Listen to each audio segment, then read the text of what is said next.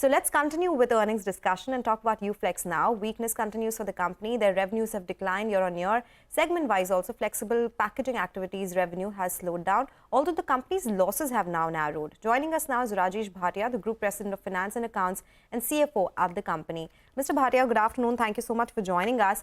Well, SRF also, the packaging major, indicate that there are a lot of supply concerns which is not matching the demand. But since losses have narrowed now for Uflex, can you give us a sense of what the outlook is going forward? What has Q4 looked like so far when it comes to spreads, both for BOPET and BOPP? So margins have been better this quarter, as we've seen. And one reason for that is, some of our other businesses which our competitors do not have, which are into value-added products, packaging, especially the flexibles packaging, holographic films, as well as the aseptic packaging. So they are the ones where the profit margins and the contributions are better. We all know that packaging films in India, it's currently hugely underperforming given the demand-supply mismatch. Overseas also, there is an underperformance because of the local reasons. But having said that, we've seen a strong comeback in the Americas markets. We have had this quarter about 100% volume increase in our Mexico business. We've had about 60% volume increase in our Nigeria business, and we have had about 23% increase in our India packaging business volumes on a YOY basis. So overall, still for this quarter, we've had at 5.8% value, the volumes improving, which together with the volumes improving on the aseptic packaging side, gave us, a better operational margin of about 12.7% as compared to about 12.2% in the December 22 quarter. So overall performance on an operational level has been better. The losses is basically on account of, again, Nigeria's devaluation.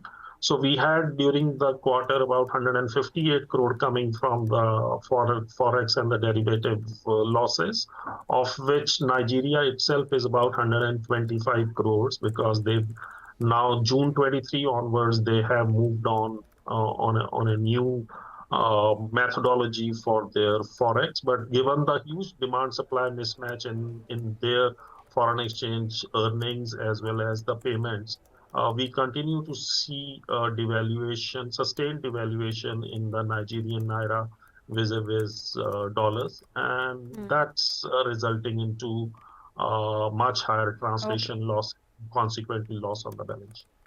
All right, got that. So, like you mentioned, it's clearly been a bit of a weak time for the entire industry as well. But take us through, where you currently stand right now in terms of, do you think Q4 is going to be better? Do you think we've seen the worst of it now, or do you expect this weakness to continue? You had mentioned that you expect things to get better from Q4. And just one word on the margins. I think you yourself are expecting EBITDA margins of around 12 to 12.5% by Q3. What's come through has been, less than 7%. So when do you think we can get to that 12, 12.5% kind of level? So I'll talk about the margins first. I think when we look at the operational margin this quarter, as I said, we stand at about 12.7% this quarter. So I think we'll have to take away from the EBITDA the losses of the FX, which are largely the translation losses.